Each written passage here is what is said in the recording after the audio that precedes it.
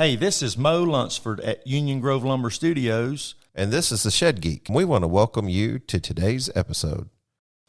Okay, welcome back to another episode of the Shed Geek podcast.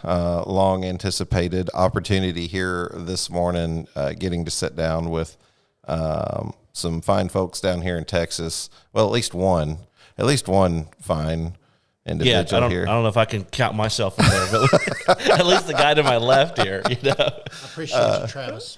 Ask my wife, I guess. love to tease Travis. He's so good. But Leland, thank you for coming onto the show. Welcome. And for those that don't know, do you just want to introduce yourself, your company, a little bit about who you are and what you do?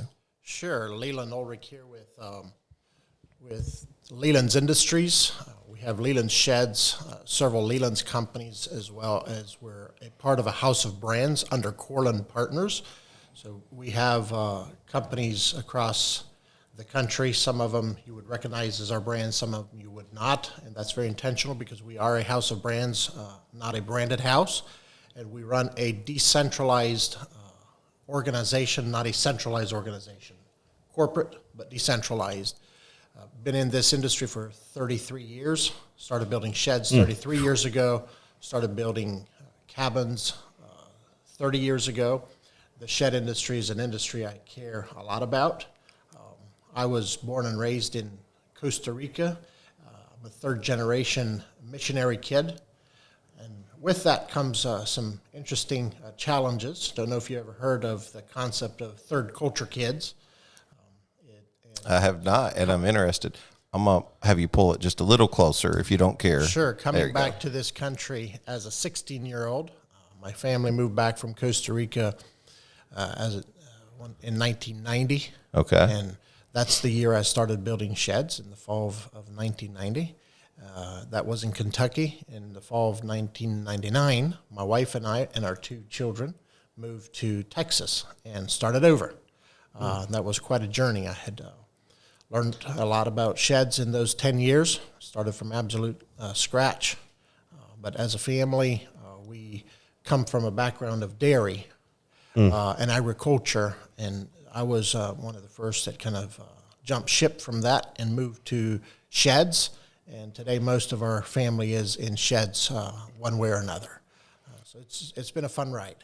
Very cool story. I love the corporate but decentralized. I love the way that you explain that, and being a house of brands, instead of a branded house. What a clever way to spell that out. Well, I appreciate, yes, definitely you blazing the trail for so many of us to come behind and be given the opportunity really to do what we do. The Lord could have put us in anything. He chose sheds. That is correct. And it's really nice to be around like-minded folks that, are believers, that's a part of the culture, of the industry. I hadn't always had that. I did some home building for a small time, and that's not, I didn't experience that very often. And now I meet so many people of faith. And I'm like, man, where was this when I was 20 years old? I needed this. I needed that structure for someone to take me under their wing. But thankful it's here now, and we get to experience it. So there's just so many directions to go. There's so many directions. Let's start with family. Why mission work? And how did that sort of change things for you and your outview on life? Yeah, probably way more than I realized, because I don't know what it's like to not have been born on the mission field and grow up. So I don't know what the alternative is. Don't know what that other path looks like. I don't know what that other path looks like, other than to, look at my friends, my cousins, and other people that did not. But I think in a real way, probably the biggest thing that it did for me is to realize that people are more the same around the world than we give credit to, and that as humanity we all have the same need, and we share the same globe, and we share the need of Jesus in our lives. And of course, growing up in the mission field in with not a lot of resources. It did, I think, alter how I think about resources. For me, resources growing up, and when I say this, I stand on my dad's shoulders and on my grandpa's shoulders. My grandpa's the one that made the decision in '69 to move to Costa Rica. Okay. And my dad was, his first job in Costa Rica was, he was the first staff member in a children's home in Costa Rica that later got shut down by the local government. That was quite a journey for him. I got to later be involved in starting an orphanage in Mexico called Shining Light Children's Home, and I've always felt like I stood on my dad's shoulders in doing that. So when we moved to the U.S. in 1990, it was the burden that I carried and the mindset, the mind map that I had was, here we are in a land of opportunity. What can I do to take advantages of this opportunity and help missions, help people? And I think it impacted my mind to see business as a resource for building God's kingdom. And that's where my vision and mission comes from. I am happy to be on this episode to get to share my vision and my mission and our core values, which I'll share now because I'll kind of use those throughout the episode because I care about not only our company, I care about this industry. And so the vision that God gave me as a 16-year-old, I did not understand it as a 16-year-old, but I feel like God it's part of my call, and I feel like I have tried to be faithful over the years to that vision. The vision is sustainable kingdom communities, and I think you can kind of see how that connects with having grown up in the mission field. That was my focus as a 16-year-old. Sustainable kingdom communities. So that is our vision today at Corlin Partners level and at each one of the companies level at the top level. And our mission statement, which is a mission statement, is how you get to your vision statement, is building sustainable kingdom communities one business at a time. And understanding that business, what I was called to, although as a 16-year-old I knew nothing about it, didn't understand it. And the shed industry might not appreciate me saying this part, but I got into sheds because it was simple. Yeah. And it was something Yeah. It was something that I could do, and I did what every other shed builder has done. I built a shed, hung out my shingle, and kind of went from there. Very quickly understood that as we grow, I need to have some clearly identified core values. So today our core values are God matters, people matter, radical candor, an interesting one, a learning environment, certainly applicable to the shed industry, and then our fifth core value is own it. And so we're very, we care deeply about those core values as it connects to our mission statement, building sustainable kingdom communities, one business at a time, which takes us to our vision statement, which is sustainable kingdom communities. For Leland Sheds, we break that down, building sustainable kingdom communities one shed at a time. Nice. And we use a slogan that says built for one, and there's multiple meanings to that. First and foremost, for Jesus Christ. And when we're building that shed, we teach our builders, you're not building 1,000 sheds, you're building one shed 1,000 times. There's a big difference in that mindset. Yeah. And we want them to think about, we like for our builders to look at the name of the customer that they're building for and put themselves in that customer's shoes. This is the one shed that customer's building, and we should show that through that build, through the sale, through the delivery, and it's a way for us to really make an impact back to the local community. And so as a family, that became an important part of who we are, what we do, and really how we make our vision, mission, and our core values practical. I love the thoughts that are provoked from sort of some of your commentary there. We're building not 1,000 sheds. We're building one shed 1,000 times. This is unique and it's individual. This isn't cookie cutter. This isn't correct. So that experience should be the same experience for each customer as you build it, as it's sold, as it's delivered. Yeah. The customer service, aftercare, all of it, Travis. Yeah. That matters. It's a good word. If you think about shop builders, they just, you wake up, you put your tool belt on, and there you are building again, day in and day out. And just looking at, if anybody's listening right now that's building sheds today, just look at that name on that sales order, and just think about if that was you and you just spent $5,000 on this shed, and it makes it more personable. It's not just another shed. I like that. Yeah, it's easy to think I can just skip a little bit here. I can cut a corner there if it's just the 998th shed I'm building. Yeah, that's correct. But if it's the one shed I'm building for this one customer, and I treat it that way, and that's probably your own it kind of, treat it like you own it. Treat the business like it's yours, and it'll feel like it's yours. And very much so. We tell our builders, of course, not all of our builders are believers, but for those that are, and even for those that are not, if they pray for the person that they're building that shed for, something happens. Something happens in their heart. Mm-hmm. Something happens for the client, and you're really bringing God's presence into the experience.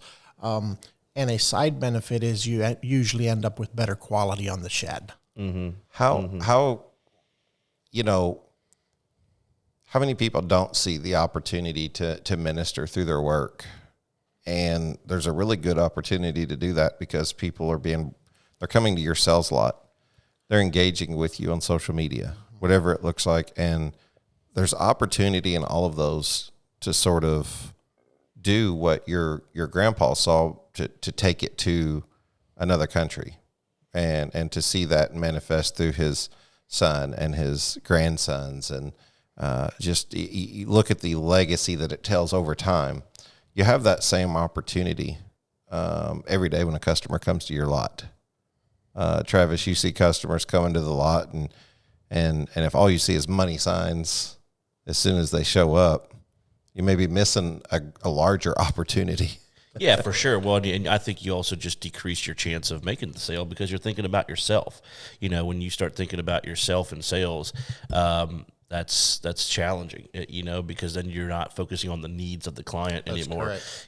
I like that. I like that concept. And that ministry, bringing ministry or bringing Christ into your business, your relationship with Jesus. Most people in America know about Jesus. So you don't need to put a bunch of plaques up on your wall. You don't need to have a bunch of Bible verses at your sales lot, but just simply like praying, talking to the Holy Spirit about, hey, give me ears to really hear what this person's problem is. Because you get in some crazy stories. Husbands and wives fighting. We want this color. We want that color. I got to get a shed because I just got divorced and I got to find a place to put my stuff. My child just died. You get into some crazy stories. All of those. I remember all of those for sure. And just, it's a great opportunity for us as believers to just take that in and just silently, just within ourselves, talk to the Holy Spirit about that, and just ask the Holy Spirit how He wants us to help that customer, talk to that customer, serve that customer. It doesn't have to be this, throwing a bunch of Bible verses at them and this loud, but just being in tune with the Spirit and how He wants you to serve that client, No, I love that. And one of my favorites on that one is when a client comes into one of our locations and that, you've prayed and you've prepared for the day, and maybe you don't have any Bible verses up, or maybe you haven't even said anything about, they say, it just feels different here. Mm. Yeah, it's beautiful. That always touches me when I hear that. Yeah, that's awesome. Hey, pull over. I want to take a look at that cool-looking shed right there. That is a sharp-looking shed. I've been looking to purchase a shed myself. Well, stop on in. Let's ask the owner where he got it. Oh, shucks. It doesn't appear anyone's home. Guess we'll have to come back tomorrow. Wait. There's a nameplate on that shed. And there's a phone number. And a website. Great. Let's give them a call. Identigrow, helping identify your shed brand for over 20 years. Yeah. I love it. I love the vision that you've cast there for the company. I feel like that is something that you don't, you know, in business, there's a tendency that as you begin to grow, that the original thought and vision gets sort of watered down because not everybody has the same gusto for what your vision was. So, you know, if you've ever played the telephone game, I don't know if you've ever seen that, where everybody stands, 30 people in a row, 20 people in a row, and you mimic some kind of action, and everybody turns around and mimics it to the next one. And by the time it gets to the last person, they have no clue where it started. And it's the same way with communication in the workplace. Mm-hmm. But you've set forth a vision that is clear and that I feel like can be understood through the telephone line all the way down to the last person that reaches it. So if a new hire comes in, they understand what the company stands for immediately. And that's why it's so important to have, clear vision and mission and core values and documented, but it doesn't really make a difference until it becomes the culture of the organization. Yeah. So we deeply care about that culture, and that's, brought in through your leadership, but it has to affect everyone. No one is exempt. And that's why we care so much about our builders, our drivers, the people that are representing in the field. Like, everyone matters in that chain, because you can have whatever you want hanging on your plaque on your wall, but if Travis, when he's representing that client in the field, or the driver when he's delivering that shed in the field, is portraying something completely different, it becomes a mockery. That's right. Yeah. And what do you do when that happens? We've faced that challenge, with growing and with having locations in different parts of the country, maintaining that freshness of the vision and the mission, and having that be a part of the organization. That's truly a challenge. And all of you out there listening to this podcast know that. And that's where that kind candor comes in, though, right? So that's where that kind candor. Yeah. Tough conversations. Yeah. And what, I've had employees sign up, start working for us, and a month or two into it, come to me and say, well, I thought I was signing up for a company that had all these core values. And I tell them, let me remind you, I hired you because we're not there yet. Can you help me get there? And I think that posture is very important, because we will make mistakes, and that's back to our fifth core values: own it. When we make mistakes, we have to own it. Yeah, I love it. Yeah, 100%. So switching gears, you go through you go through growing up in Costa Rica. You come here in 1990. You start building. That's the beginning of 33 years. In a just a simple question: what's different? What's different now? As in from Costa Rica to this country, or from back then to now? Back then till now in the shed industry. The shed industry. Yeah. In the shed industry. Yeah. Oh, my goodness. There's a lot of things that are very different, right? So when I think back to the first year that we started, we only built one size of shed, and that was an 8x10. Travis, that's all we had patterns for. Oh, wow. And I remember in the second year when we built our first 10x16, let me tell you, that was a monster, and it almost broke our trailer. Thankfully, there's some better trailers on the market today. But, just that concept that there was the size. I have been amazed at how the size of this product has grown. The other huge change that I have seen is when we first started building sheds, and maybe that was more just because of where we were building sheds or what we were building and selling, but most of what we sold was just a storage shed. We didn't really think about anything different. It was a storage shed. And I remember when I sold the 10x16, this individual came to us and says, I want a 10x16, not an 8x10. And by the way, we sold those 8x10s all day long back in 1990 for $475 plus tax. Oh, my goodness, that's crazy. Was it the mini barn style, the gambrel roof, or was it A-frame? It was the mini barn style. Yeah. If you can make that happen, I'll gladly pull one home today. I'm sure you would, as would many other people. I'm not sure where the prices of options are, but how many options do we have today that are that or more? Oh yeah, right? for sure. So that's interesting to me. And when the first individual that wanted a different size, he wanted that 10 by 16. He came to us and he said, I don't want just a storage shed. And I remember those words so clearly. And to me, it started in my mind a pivot of how I was seeing the shed industry. He said, I want a shed for my workout station. And he had just bought a bunch of workout equipment, and he said he wanted a place to put this in. And I built that shed myself. I delivered that shed myself. And I even helped him carry some of his weightlifting equipment in that he needed help with. And I remember watching the joy with which he set up that shed. And I stayed late into the evening helping him set up his shed. And I remember standing in that shed looking at that workout equipment. And this would have been in 91. And thinking, the shed industry is going to grow and it's going to change in ways that I think maybe few of us understand. And I caught a glimpse and a vision. And if I go fast forward to 2024, it's intriguing to me of the much lower percentage of what we sell today is a shed for lawnmowers, Christmas lights, and just what we would call just the shed, and how much more is for all the other categories that we're now selling to. So that to me is a huge change. Another big change that I saw, in addition to just the size and the use, is the innovation of the materials, right? When we started, the materials that were there for us to use, it was basically whatever you could find at a Lowe's or a Home Depot or a local building supply. We bought most of our materials either at Lowe's or Tompkinsville Building Supply in Tompkinsville, Kentucky in the first number of years. There was another little lumber yard called Lyons Lumber. Don't think they exist today. But there was not the support for the industry.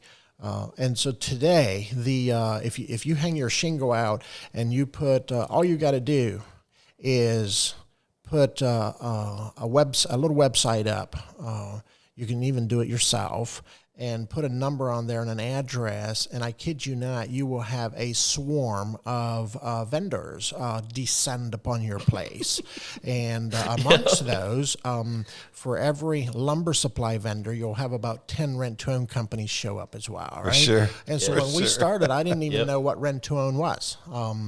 It wasn't until the second year that we kind of discovered that piece of it. I'd heard about it, was very intrigued with it, and wanted to offer that to our clients, but didn't understand what that tool was. So yes, a lot of changes in the industry, but I think they've all been good changes. I'm very happy to be a part of this industry. And I care about this industry. When Travis first asked me if I would be willing to take this and do this episode, historically I've said no. And my 19-year-old son gets the credit for me being on here. He said, "Dad, you should do it. Show your face to the industry." And I'm here because I care. I care about this industry. Yeah. I really think that we are all on the same side of the fence. We're all part of the industry, and anything that we can do as a company in a small way to help the industry be a better place, that's our heart. That's pretty awesome. So many similarities between you and I and just different worlds. Just hearing you have a 19-year-old son. I have my 19-year-old son here with me today. That's very cool. I'm thinking we're probably pretty close age-wise when I hear you say you moved back in 1990, from Costa Rica and just kind of putting the pieces of the puzzle together. And then Kentucky. I mean, I was born in Paducah, so I was born in Kentucky, technically. And we've kind of stayed around there in that area, but Kentucky just feels more like home even than Illinois in many ways. I know the state so much better. And doing our ancestry, I saw that, our family name came over and Middle Kentucky, Middle Tennessee was where our family name kind of landed. And there's still a lot of, I went somewhere near south of Campbellsville, Kentucky not too long ago. And there's a lot of Lathams in that community down there. And I was actually there on business, and the guy was like, "Are you kin to any Lathams around here?" I was looking for something in particular, and I told him my name, and he's like, man, there's a ton of Lathams around here. You're not kin to any of them. I looked that up, Leland. You may appreciate this. I think you may be a bit of a historian listening to you talk here today. I found that the Latham name, the origin of it was meant down by the barn. And I was like, what an appropriate like industry to end up in. That was the where it was derived from, down by the barn. That's the meaning of the name. So yeah, a lot of changes. You talk about the size, the pricing, the style, the options. And you're right, 100% on everything else. Once you get started, everyone descends and really, it's a maturing industry. And, you had mentioned, because AFG is kind of a lot of times, maybe I've got this wrong, but recognized as both a shed company, but an RTO provider. You get into that in year 2 and you're like, wow, this is a whole different thing in whatever year, 91, 92. I don't know when the origin of AFG started, like what year it technically started, but what changes have you seen there? I would love to at some point segue into the NBSRA, just because I feel like you were such a part of that. And I want you to elaborate on that, because you'd have to educate me on sort of how some of that came together. Hi, I'm Dylan from the Shed Geek marketing team, and I want to address a common misconception about marketing. Often people approach us for just one service, like social media management, where we plan and schedule your monthly posts. While this is a valuable time saver, it's just one piece of your complete marketing strategy, much like a shed with its various components. Let's simplify it. Think of your social media channels and Google My Business as the foundation, similar to the runners of a shed. They support your digital storefront, your website, which is like the floor joists and band boards. To enhance your marketing, you'll need tools like Google Analytics, Facebook Pixel, and Google Tags, which are like the walls. These tools help track the success of your campaigns, measuring form submissions, 3D shed creations, and phone calls generated by our ads. Now, let's talk about the roof. Meta and Google ad campaigns. These are the top layers that complete your marketing shed. While you may inquire about one specific service, remember, they all contribute to the overall structure of your marketing strategy. At Shed Geek Marketing, we're happy to work on one individual aspect, but our goal is to build a comprehensive marketing shed that will truly stand out in the digital landscape. If you're ready to talk about your marketing strategy that will take your shed business to the next level, just go to shedgeek.com and fill out a submission form, or contact the Shed Geek for more information. Sure, I'd be happy to. When we started building sheds, I had no roadmap or had not envisioned where things are at today. I think our call was to just get up every morning and be obedient and do what was set in front of us, which I feel like I did. And as we did that, the organization continued to grow. With the move to Texas, it really forced us to think differently, kind of think outside the box. We didn't have a lot of competition when we first came to Texas in the shed industry. We would have been, there would have been Heartland and Tough Shed, which I don't wouldn't have even necessarily been Tough Shed back then. But there was, some of the older companies were around. And interestingly, Cook Portable Buildings, which I think we all know is kind of the grandfather of the treated shed, right? A lot of people think of maybe some other brands as the godfather of that, but a lot of that goes back to Cook, and there's some... Right in my neck of the woods. I talk about it all the time. Cobden, Illinois, starting in 1986, and my brother bought a Cook shed in 98, and I remember he bought that on rent to own back then, if I remember correctly. But Cook had such a presence in our area, and then I think Florida, maybe Missouri, Texas, they had branched out, and still have friends that work there today, right? Just because I grew up with them. And I told Travis this yesterday. I said, they had branded so well, not on purpose, just the way it come together. Kind of like whenever people say Amish or Mennonite craftsmanship, it's so contrary to the Amish and Mennonite wanting to be seen That is correct. as superior. It's like It's an a result. accident. Yeah. And it's just by doing a good job. What you'll usually hear among the community, if you hear, well, that's Amish or Mennonite built, like most people around me who grew up would be like, well, you know what that means, right? And I'm like, no. And they're like, well, that means it's built well. Mm-hmm. And it's like, what a testimony to like not wanting to be seen in a superior light, that by doing what's natural, you kind of were elevated. But Cook did that in the way that, and I want you to finish here. I'm sorry to railroad this here. When we sold sheds, people would come up and say, what kind of cook sheds you got here? And we were like, well, these are like Summit portable buildings. And they would say, I've never heard of a Summit cook shed. And you're just like, oh, goodness, I can't, you know what I mean? How do I compete with like, but they had done such a good job that people just know these are good sheds. Cook's a good brand, so you go buy. I'm sorry. But that's good, because I think, giving recognition of some of the early founders in the industry is important. And as our company took off and we were growing, kind of continuing that legacy of building that quality and building in the mind of the client. Because I want to reiterate here for all shed builders out there, anytime that you put another shed builder down and you say that their shed is trash, what they're going to remember is shed is trash. They're not going to remember the their part. Right. And so I think if we are truly concerned about our competitors' quality, go over there and show them and help them, because we all suffer, we all rise and fall together with the client. But as we were growing here in Texas, we kind of had the wide open space. It was very different from Kentucky in that we do have the wide open spaces, Big and roads. I loved it. Big roads, and so things were just very different. We really stressed out the Pine Hill trailers at a very early stage, and a number of other trailer manufacturers. And for all the trailer manufacturers out there that we've worked with, the way they stepped up to the plate and built.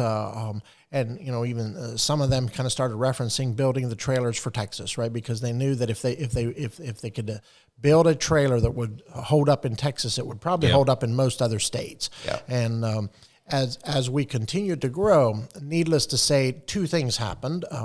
We started having competitors notice what we were doing, and competitors from other states move into the area. But in addition, our company is no different than every other shed company up there. Is we do very good at having children and grandchildren and great-grandchildren, right? And so we weren't going that long until, an employee breaks off and does his own thing. And Corey and I have always, Corey's my partner, Corey Yoder, and we have, starting from the time we started in Texas.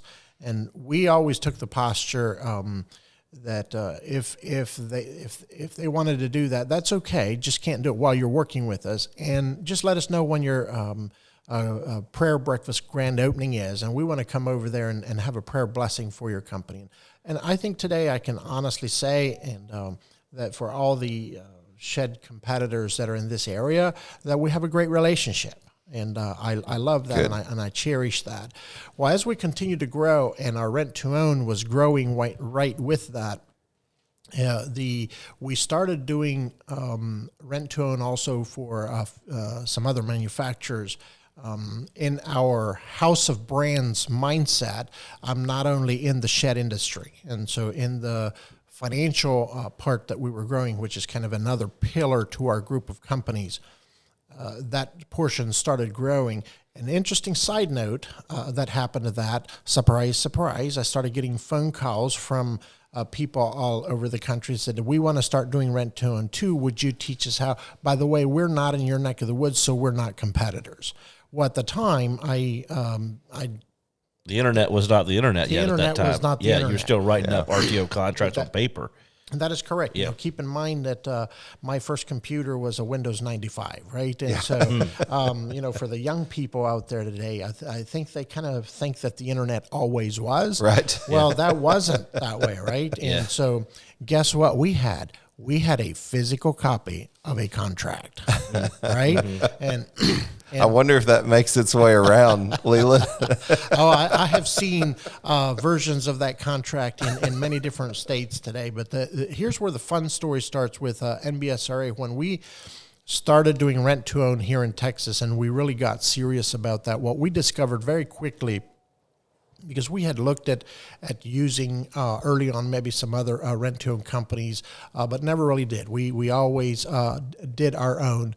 What we discovered very quickly is, one, there was not a lot of support legally for this for rent-to-own on sheds, and there was not an industry built up around it. As we became more familiar with what was going on with rent-to-own, it was kind of a wild west. And everyone was kind of doing whatever they felt like doing. And I was determined that if we're going to do it rent-to-own, it has to comply with our kingdom values. And it has to comply with our vision and mission statement, and our core values, which means that we're going to pay attention to how we do this. And every detail matters.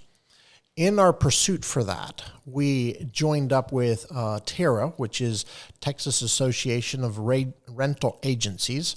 Through that organization, we discovered Ed Wynn. And I remember in the early days meeting with Ed Wynn. I did not understand who he was at the time, and I just want to put a shout out here for Ed Wynn, because he's been a tremendous builder and sponsor, and has helped this industry become a much, much better industry. And in visiting with Ed, I told Ed my vision for what we wanted to do with rent-to-own in sheds, and I told him my vision and mission statement and my core values, and he found that very odd. He says, "I've never heard anything like that." And he was intrigued by it, and I would say Ed took me under his wings. And he started mentoring me, and he says, if you want to know anything about legal in rent-to-own, and I'm here to help you. And he actually did a lot of mentoring for me in those early days that I now credit back to him. Awesome. I understand that he did, that he never charged me for. You know, I got to, had his cell phone number, got to visit with him at the events, as well as create that relationship. What that caused is, we were, straight out the gate, we were set up correctly. And Corey and I cared not only about the legal part, but also about the tax implication parts. If you're in the rent-to-own, you're going to have to understand some things about taxes. As we engaged in that, we started getting some requests. I had a friend call me from another state and say, I hear that you're doing well with rent-to-own. I have some money I want to start in rent-to-own. I'm not in your area. Would you help me? And my answer to them was, sure. I don't know that I can help you, but I can tell you some things not to do. Mm-hmm. And so that particular friend wanted to know if he could fly out here and spend 2 days with me. I said, well, I don't think it's worth your time, but if you want to take your time, I'd love to spend some time with you. We did. Make a long story short, that happened about 30 times over. And I realized one day that there was a number of shed rent-to-own companies out there that I call them my students. Most of them today would not claim that and would not give recognition to that because we're competitors. And I understand that and I respect that. But it was a lot of fun spending time with them in those early days. What I started seeing is that they weren't necessarily getting the help that they needed to stay on track, and the Wild West continued to permeate rent-to-own for sheds.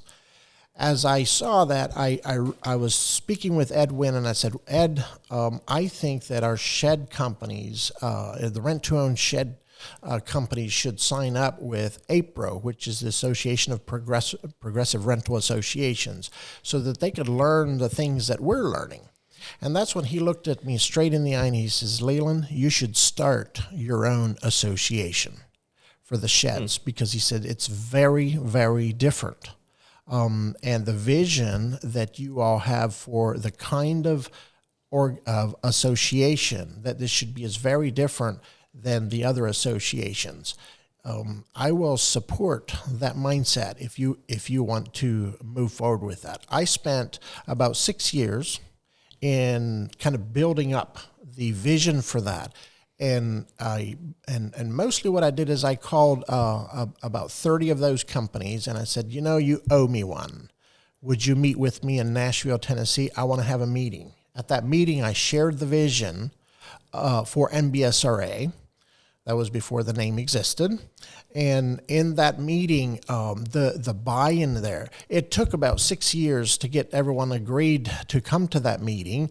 Some of them I had longer conversations with others, but the overwhelming resistance was, are you saying you want us competitors all in the same room? No way. And I made an appeal to them one-to-one many times over that we need to collaborate and we really need to be together on this. And after some time of vision casting on that, those 30 people came together. We had about 30 people together in Nashville, Tennessee. At that meeting, I shared the vision. We collaborated, had a lot of discussion, had a good time. And I think the biggest surprise that everyone had was that no one got hurt. And we had such a great time. And I think they saw in that meeting, you know what, this can work. And we probably should do this. And I am humbled by how that group really caught the vision.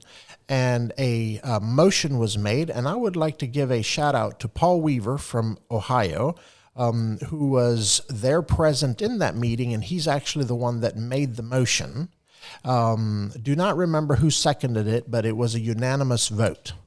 And that's where the organization started. That group elected me in that meeting as the first board member and asked me to put the first board together, which we put the first group of 5 board of directors together, and the organization has went from there.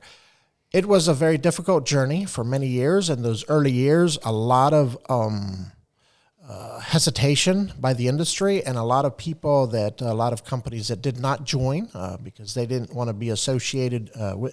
But I think mostly due to Ed Wynn's influence and then to the greatness of the people that became a part of that, it soon took a life of its own. And today I think it's very much accepted as the National Barn and Storage Rental Association of America, right? And right. So I'm just very honored to be off of the board now, to be an ex officio, and to see that organization go on and go to places that I couldn't have taken it. And so again, here a shout out to the current board. I think they're doing a really great job of putting that event together and continuing building on what the vision was for that. Very nice, very cool. So many thoughts come to mind as you speak there. One that came to mind almost immediately was you said maybe those folks wouldn't claim your help early on. And there's a saying that says, you either die young, the hero, or you live long enough to be the villain. So sometimes that's just what happens. You don't always get the credit, but and that's okay. I don't need the credit. I'm not looking for the credit. Love to be behind the scenes. Sure.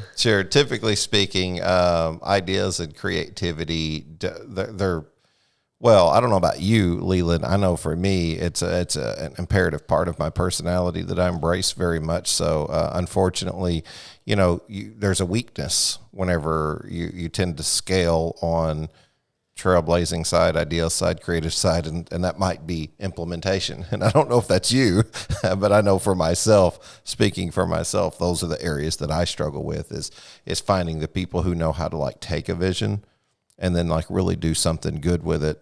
I agree with you. I don't, it's not the credit that you need. I think more than anything, I just don't want to be forgotten through the process, I don't need championed. I just don't need forgotten. Right. Are you ready to elevate your shed business to new heights?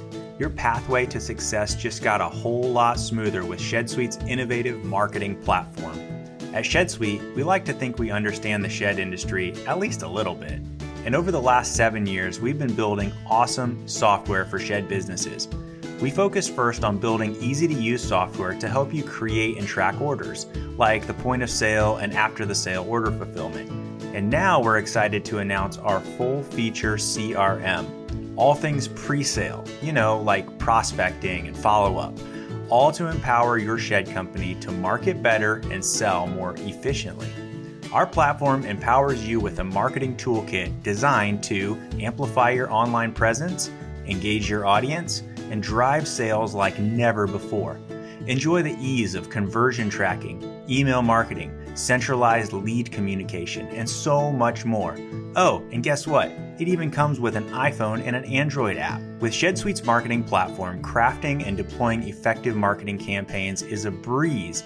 The advanced reporting functionality allows your team to analyze real-time conversion data so you can make informed decisions and watch your business flourish. There's no better time than now to join the community of shed business owners who are scaling up with ShedSuite. It's time to turn your marketing efforts into real, trackable results. Visit shedsuite.com/marketing to get pricing, explore the features, and book a demo. ShedSuite is committed to building top-quality software to empower your shed business to thrive. And let me give you a little tidbit there of kind of how I feel about this is, I think one of the deepest needs of the human heart is the need to belong. For sure. And, I think the shed industry has created a sense of belonging and a sense of belonging for a lot of people. And, it's part of the reason that I agreed to be on this podcast, because I care about this industry and helping create that sense of belonging, that sense of belonging.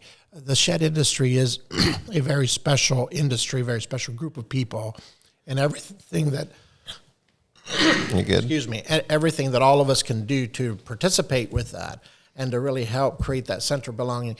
So the credit is maybe not a big thing, but I would like to belong to the industry. Fair. Yeah. I love it.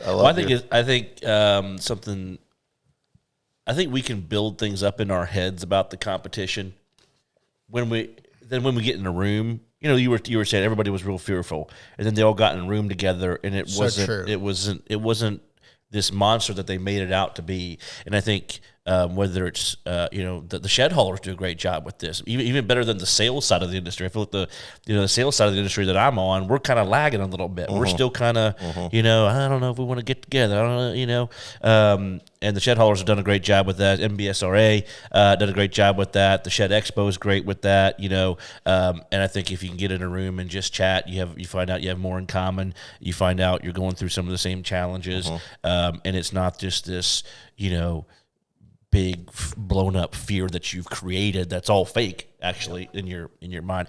Leland, transition, we could talk for another hour on all that. Easy. But I'm curious, there's a lot of entrepreneurs, business people that listen to this podcast. There's a lot of young bucks that listen to this podcast, and some seasoned veterans, but you've done, and I know you're really modest with all the things that you're involved in, but talk to us a little bit about focus. Talk to us a little bit about, there's some people that don't want to do their own rent-to-own because it takes cash, and now they can't grow the manufacturing side of their business. So they make that strategic decision. Talk to us about how you think through opportunities. Say yes to one thing means saying maybe no to another thing.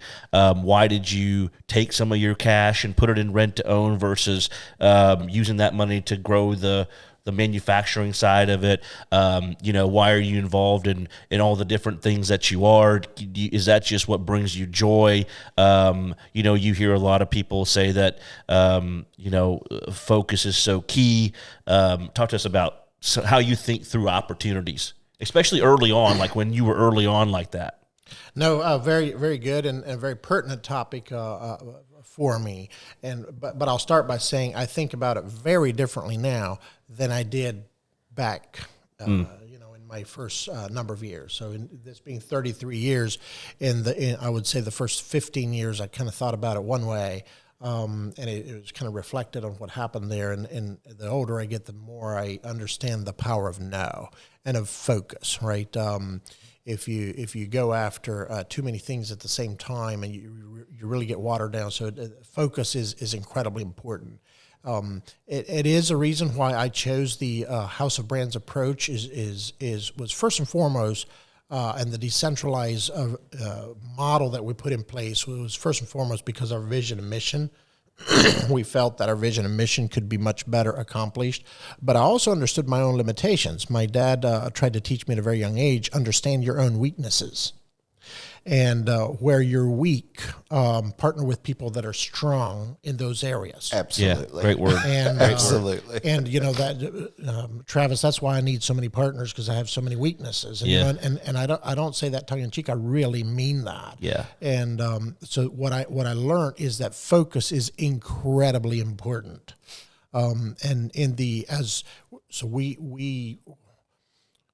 We have a lot of companies and we have a lot of opportunities that we had went after that today are in the graveyard. Those are the ones that I don't like to talk about, and nobody likes. But you know what? Those taught me probably as much or more lessons than the ones that are thriving today.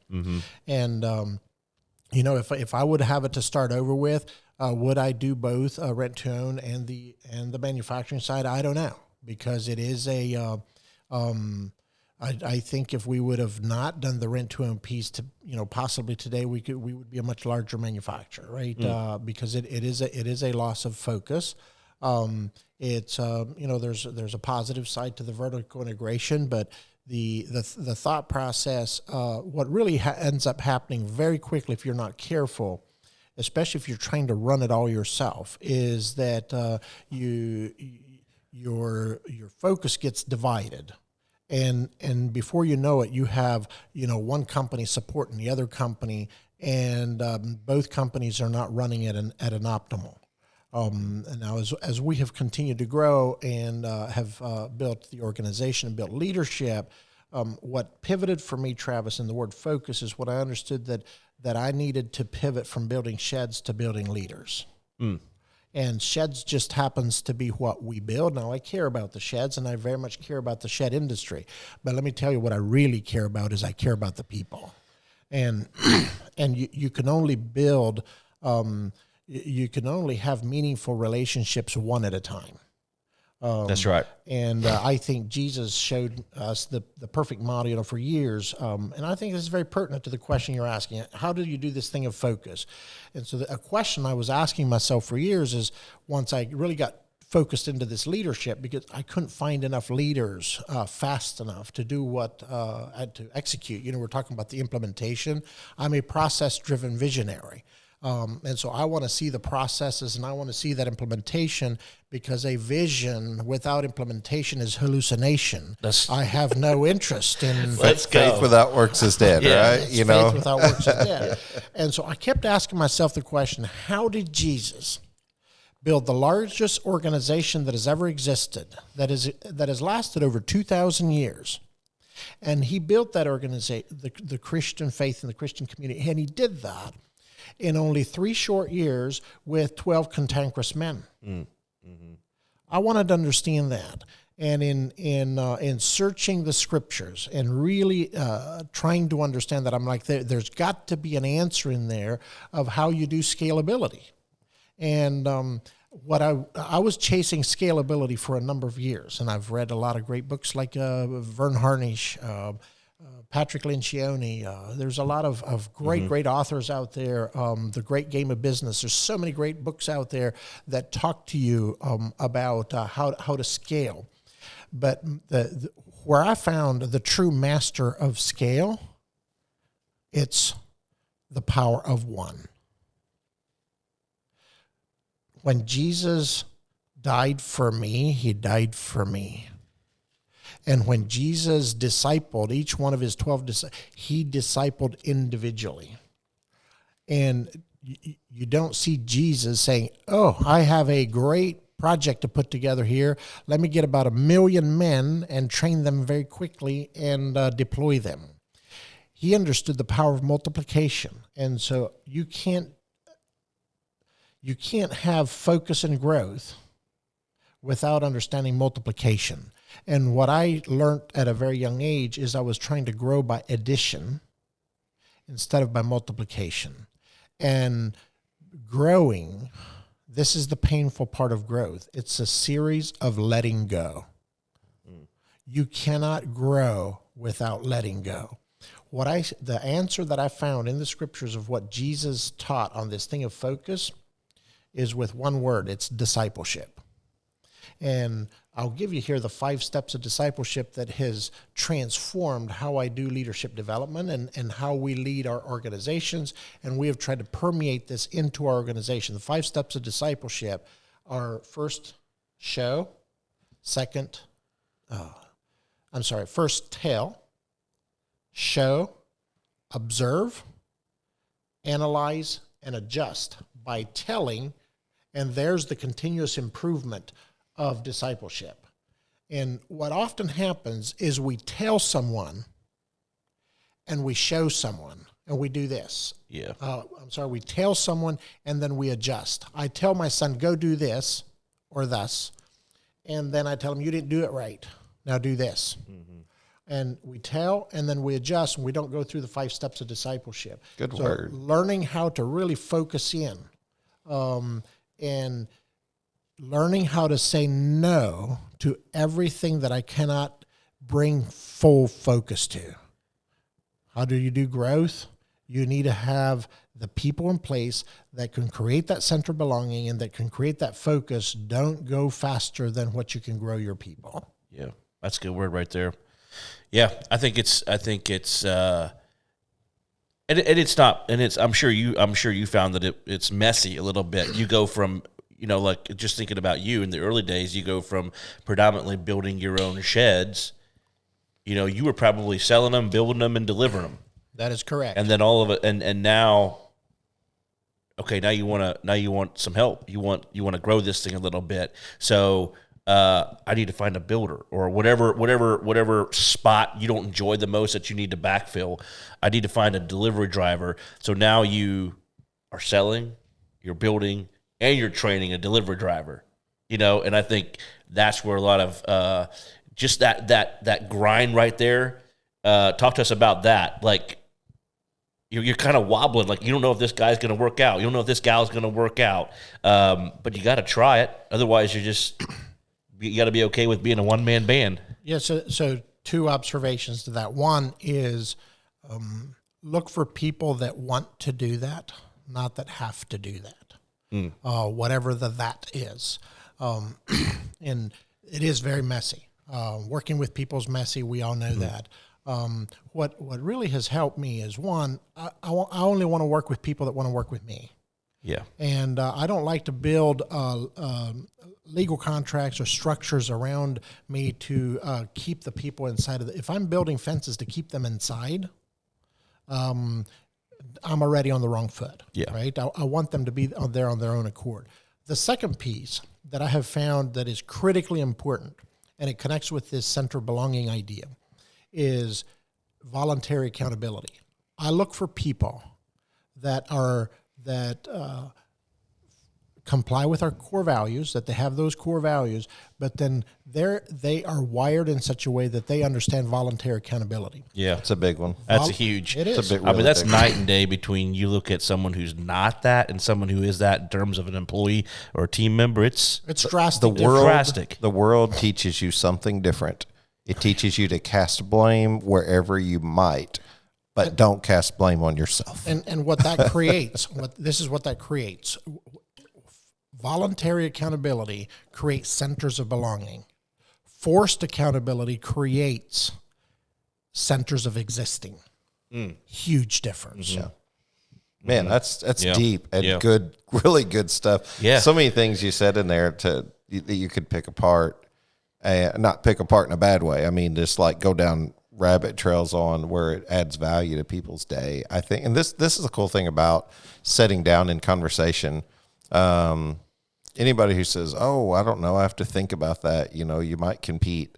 I'm like, all the more reason to have dialogue. That's very true. All the more reason to have dialogue. It's far from a reason to go into a cocoon and say, well, we'll not be involved in any way, shape, or form. The way I look at it is, collaboration makes us better and competition makes us better too. I think you have to look at both sides of the spectrum. And Hello, shed sellers. Did you catch the latest Real Work Labs interview with George Converse? If not, don't miss this value-packed episode.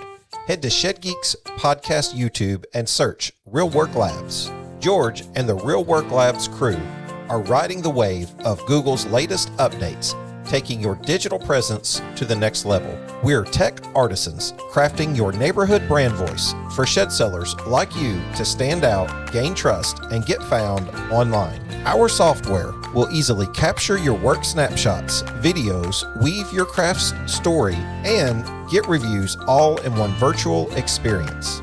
Our innovation goes beyond getting found for your business location, rather getting found for your work locations. Reviews intertwine with their corresponding job sites.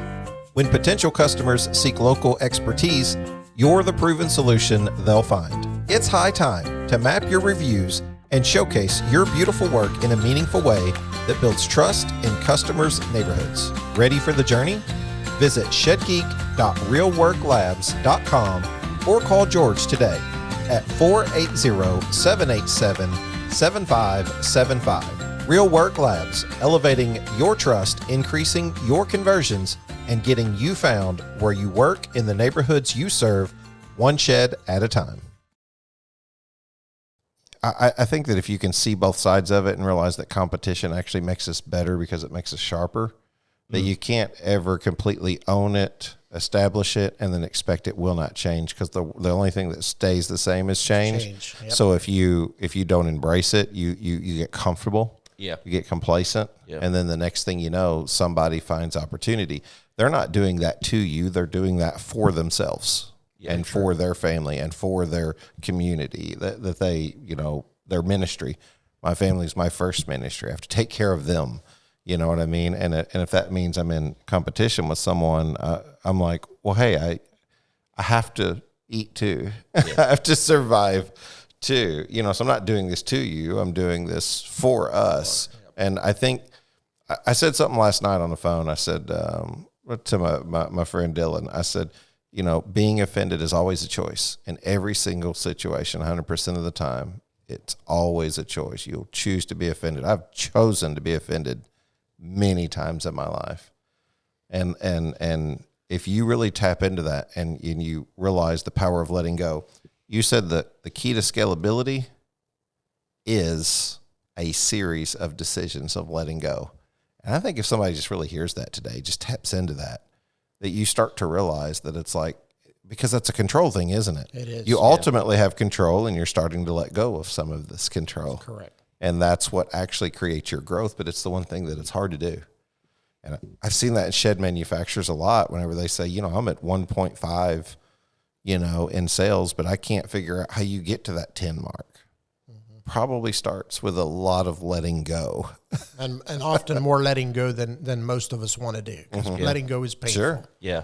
Yeah. I mean, and just talking about, I like how you kind of looked at Jesus' model on leadership there. You want to talk about the ultimate letting go is Jesus, where he entrusts us rascals to show people who he is and have his love flow through us. I mean, what a ludicrous decision. Yeah. We are prone to nothing but sin, and we're selfish and we're arrogant, and he's like, yeah, you're the people. Yeah. You're the people that I want to have my love flow through and to show others what that looks like. And man, there's a lot of humility. I mean, it's Jesus, obviously, but there's a lot of humility in that. And it's probably one of the questions I want to ask him when I get to heaven is, were you just mad when you thought this up? That's just crazy. I often think about that and how just insane that is, and how we butcher it and how we mess it up and how we're just bad examples of who he really is to other people. And we hurt other people even in our best efforts sometimes. And he's just like, yeah, I still believe in you. And you're the ones that I want to carry the torch. Striving for perfection and never reaching the goal on a daily. It's so tough. It's so tough to. I don't know. For me, it's like I know I mess up. I always, Jesus. The Bible says, he places a song in your heart, and I've always told people I believe that that's a song that only he can hear, and that's a song that only you sing with him, and that's why it's individual. You other people can't hear your song. You don't get to hear everybody else's, but when you hear that voice of God, when you hear that song that he's talking to you, and you can explain it to somebody, but it'll never be the same. But when they hear their song, they get it, and they say, I don't understand it all, but I get it. I hear it and I understand it, and that's that individual aspect that he places on you. And that's why I always say, Leland, I tell people, this is not a pitch. I don't sell Jesus. That's not what we do on a podcast, not what we do in the shed industry. But everyone's unique. Everyone's unique, and everyone has a story. And you'd be surprised at how many people are like, well, I don't know, maybe I would come on there, but I don't want to seem bragging. I don't want to seem like I'm, hey, no one's going to be bragging in comparison to our Maker. Like it all leads to him, but you can brag on him through your individuality and your uniqueness and your storytelling and just your shed story. That's why I like to invite people on here, because it creates community. Anything I get involved in business will always hold a second light to being able to do these things right here. Sit with people, talk about faith, try and figure out the world and whether it's business or faith or family, whatever it is. And believe it or not, we're already over an hour, and I know you've got a hard line that you're coming up against. I do want to say something real quick. I want to say we did get a chance to do an episode with Edwin at the NBSRA. I've not released it, not because I don't want to, but because it's a terrible mistake on our part that we just didn't have our wireless mics, and there was a lot of noise in the hallway, and there was obviously people standing around watching, and it was an excellent show, but you just can't hear his audio, and that's an error on our part, because I feel like that would have been excellent, and there was a lot of good gems in that. So that's on me. Maybe we can make it happen again in the future. Ed is, his time is very valuable. So I want to respect that. And we made a mistake by not having that prepared, but it was a good interview, at least that I got, guys, even if none of you guys get to hear it. It's a fun time. And Ed is such a unique individual. You can't help but like him. I mean, correct. Yeah, I mean, there's something sort of, and he would probably be like, I don't even care that you're saying that. Yeah, that's right. But that still makes you like you more. There's something weird, weird dynamic there. But I appreciate all that you said. I appreciate you coming on. I feel like we could talk for 2 or 3 hours and it'd be no problem. I hope you'll consider sitting with me again sometime in the future, if it makes sense for you. Travis, I appreciate you putting this together. It means a lot to me. And I'm telling you, man, you mimic a lot of the qualities, more than anyone I've ever found, of what the essence of the Shed Geek podcast should be, and your questions and your thought and the way that you put things together. And I appreciate that. I appreciate that, man. It's very kind of you. Yeah, and thanks for coming on, Leland. And I'll just, we didn't really go into this dynamic, but we're Leland's a manufacturing partner with Farm and Yard, so we sell Leland sheds. So if you're, in Texas, I'll give Leland's a little plug here. We've worked with other manufacturers for sheds, and they've not always done what they said that they're going to do, which causes frustration for our customers and for us. And so it's one thing that we've really enjoyed working with Leland's is they do what they say they're going to do. Leland's has made a lot of changes over the last 5 years. They're trying to really do great by the dealers. They're really trying to build a great product in the Texas market, and they're doing that. And so if you're a dealer here in Texas and you're listening to this, and you're looking for a manufacturing partner to partner up with, hit up Leland's. It's a great brand to be partnering with. Great testimony. Thank you, Travis. And we've been very proud to partner with you at Farm and Yard. And we have really enjoyed putting that model together to where we have the respect between the brands. Because a lot of manufacturers out there say, well, I only want dealers selling for me that sell my brand with my brand. There's such a thing as a product brand, and there's a retail brand. And the day I understood that and understood how to take a product brand and create a good relationship with the retail brand and how to work that. Yeah. And you have just Yeah. been great at helping us develop that Yeah. and grow that, and just really proud to be partnered Well, yeah, with that's you what we in like, this. because, I mean, Farm and Yard is a retail brand. We're the Best Buy. We're the HEB, if you will, and we try to partner with really great brands that our customers are going to love. And so, not all manufacturers are about that. And so having a manufacturer partner like y'all that get that understand that, is beautiful for us, and ultimately, my personal opinion, serves the client better, which is what I care about the most. So, appreciate you guys' adaptability to that and your openness to that. Well, thank you, and maybe just a message broadly to the shed industry. It's I'm honored to be on this podcast with you two, and I just wish the best to everyone in this industry, and wherever we can collaborate. I like that you opened up with the word collaboration, very fitting word for this industry, and I want to do my part to be a good member of this industry and help create that center belonging in the shed industry. Thank you for what you are. I love it. Beautiful. I love it. I appreciate that. Thank you so much. Travis, you want to pray us out of here? Maybe pray over the shed industry? Absolutely. That'd be all right. Absolutely. Let's do it. Thanks, God, for this opportunity to sit down with Leland.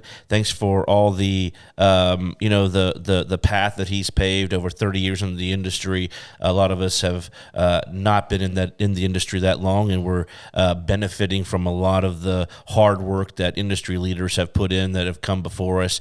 Pray that you continue to bless Leland and Corey in their various business adventures, both their nonprofit work and their for-profit work. Pray that you would continue to give them wisdom. Thanks for this opportunity to sit down. We pray for each one that's listening to this right now, whether they're struggling with their finances right now, struggling to find good team members, struggling to find good partners, or maybe they're on a winning streak right now and things are going really well. I pray that you would increase, give them enough challenges to grow their faith and their belief, and give them enough wins to put air in their sails, to give them the strength and the courage to continue on doing what you've put into their heart, and pray for safety, and thanks for this opportunity to serve so many of our fellow Americans with their storage needs. Pray that you bless Shannon with the podcast, continue to make it prosper and make it grow, and thanks that you love us. In your name we pray. Amen.